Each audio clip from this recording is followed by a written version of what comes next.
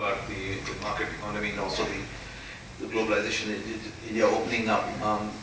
They happened simultaneously. I left India, there was one black and white channel. In the evenings, we had no other option to watch that or nothing else. But now there are way too many options. Actually, there are too many options. That's a problem.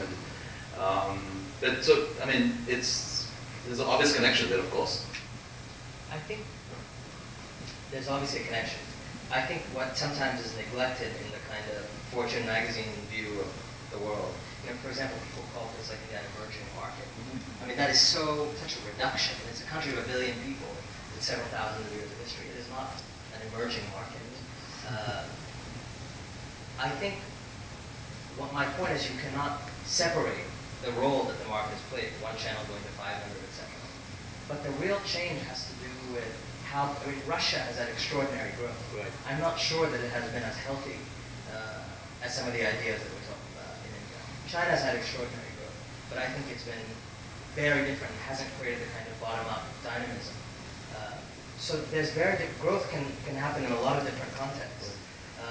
Doesn't always have the same human effect. I think India's had a very good interaction of growth with very positive human effects. So in all of this growth,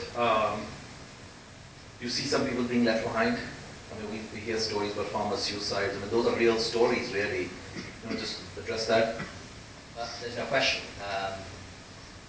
India has more poor people than sub-Saharan Africa. Think about that. Today, half of Indian children today are malnourished. Every time I would write that, I would get these letters from NRIs in very big houses on the East Coast decrying that I would mention India's malnutrition statistics. And they're very sad that people with so much food would pick at stating the obvious about it. So there's no question that the kind of changes we're talking about in the Ravindrization of India has until now touched a very small number of people.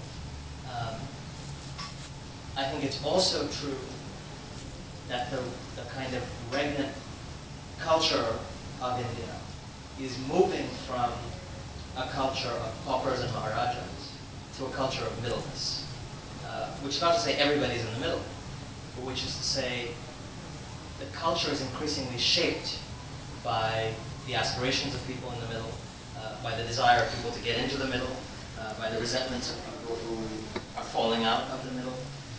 But in a way, middleness is becoming the dominant culture in India. But there's no question that it'll take at least 50 years or more to remove just some of the most basic degradation. And it makes your blood curdle and drive through, regardless of what those people in big houses want to read